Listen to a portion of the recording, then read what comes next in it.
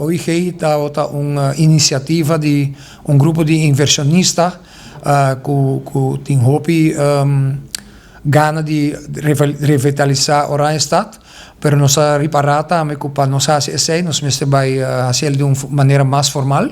Dus amanhã nós está firmando na notaris para recht op een stichting. De bedoeling die stichting taku het bij een soort die een authority para de downtown area caminho que nós também temos bezig com marketing, com limpeza de centro de cidade, seguridade de centro de cidade e também embellecimento de cidade. Dus a decidir junto com a melhor maneira para ser oficial e assim aí toda gente que está funcionando em Oranjestad por participar também da stichting. Ik quero añadir também que nós estamos sumamente contentes com o governo incentiva fiscal.